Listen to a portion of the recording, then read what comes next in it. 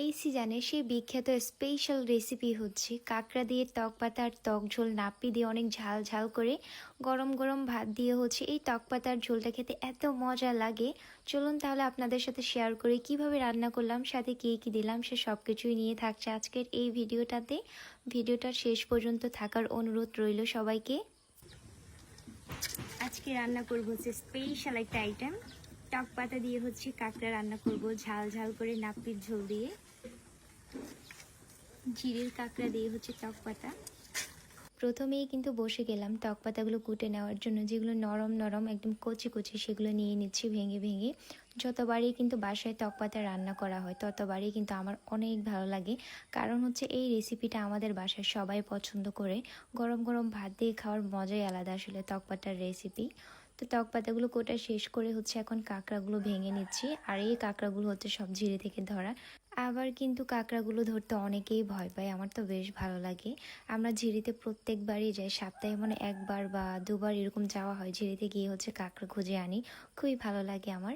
কাঁকড়াগুলোও ভাঙা হয়ে গেছে, এখন হচ্ছে ভালোভাবে ধুয়ে নিব কাঁকড়াগুলো ব্রাশ দিয়ে।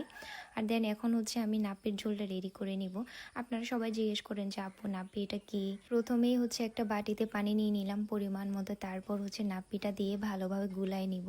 যেহেতু আমি নাপ্পির ঝোলটা রেডি করতেছি তার জন্য হচ্ছে ভালোভাবে গুলাই নিলাম। তারপর হচ্ছে এইভাবে ছেঁকে নিতে হবে সুন্দরভাবে, যাতে করে কোনো ময়লা না পড়ে নিচে। নাপ্পির ঝোলটা রেডি করে হচ্ছে এখানে ধান্না মরিচ কতগুলো নিয়ে নিলাম, লবণ দিয়ে হচ্ছে আদা ভাঙা করে নিব। অনেক ঝাল ঝাল করে হচ্ছে টক পাতার ঝোল খেতে মজাই লাগে। এই যে এইদিকে হচ্ছে আদা ভাঙা করা হয়ে গেল, এখন আমি নাপ্পির ঝোলটাতে দিয়ে দিব। নাপ্পির ঝোলটা একদম রেডি। মরিচগুলো যে আধা ভাঙা করেছিলাম সেটা দিয়ে দিলাম, সাথে দিয়ে দিলাম টেস্টি সল্ট। আর এইদিকে হচ্ছে কাঁকড়া, তারপর টক পাতা সব কিছু রেডি। কাঁকড়াটাও ভালো করে ধুয়ে নিয়েছি। নাপ্পির ঝোলটা ফুটানোর আগেই কিন্তু কাঁকড়াটা দিয়ে দিলাম। কাঁকড়া দিয়ে হচ্ছে নাপ্পির ঝোলটা খুব সুন্দর করে ফুটিয়ে নিতে হবে। নাপ্পির ঝোলটা ফুটায় না নিলে কিন্তু ভালো লাগবে না খেতে। এই যে এই দিকে হচ্ছে নাপ্পির ঝোলটা খুব সুন্দরভাবে ফুটাই নিলাম, নাড়াচাড়া করে দিচ্ছি, একটু কিছুক্ষণ রাখবো। তারপর হচ্ছে টক পাতাগুলো দেব। খুব সুন্দর একটা স্মেল চলে আসতেছে। নাপ্পির ঝোলটা সুন্দর করে ফুটিয়ে নিয়েছি, তারপর হচ্ছে টক পাতাগুলো এক এক দিয়েছি, যেগুলো ধুয়ে কুটে রাখা ছিল। কেন জানি না টক জিনিস দেখলে মানুষের লোভ সামলাতে পারে না, আর টক জিনিস কিন্তু আমার অনেক ভালো লাগে। দেন সব দেওয়া শেষ, এখন হচ্ছে ঢাকনা দিয়ে হচ্ছে 10 মিনিটের মতো রান্না করে নেব।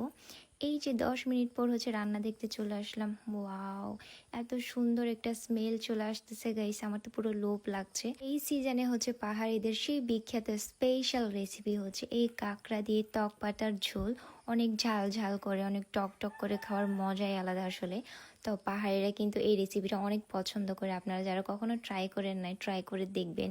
আর এই ঝোল দিয়ে ভাত মেখে মেখে খাইতে যে এত ভালো লাগে, আমার তো খুবই ফেভারিট। আমাদের বাসায় সবাই পছন্দ করে। আমাদের বাসায় কিন্তু প্রত্যেক দিন নাপ্পি তরকারি অবশ্যই থাকতে হবে, ডেলি রুটিনে প্রত্যেক দিন নাপ্পি তরকারি থাকতে হবে। নাপ্পি তরকারি থাকলে, সিদ্ধ তরকারি থাকলে আর কোনো কিছুই মনে হয় দরকার হয় না, পেট পুরে খাওয়া যায়। রান্না শেষ, এখন হচ্ছে খুব সুন্দর করে সার্ভ করে দিচ্ছে একটা প্লেটে।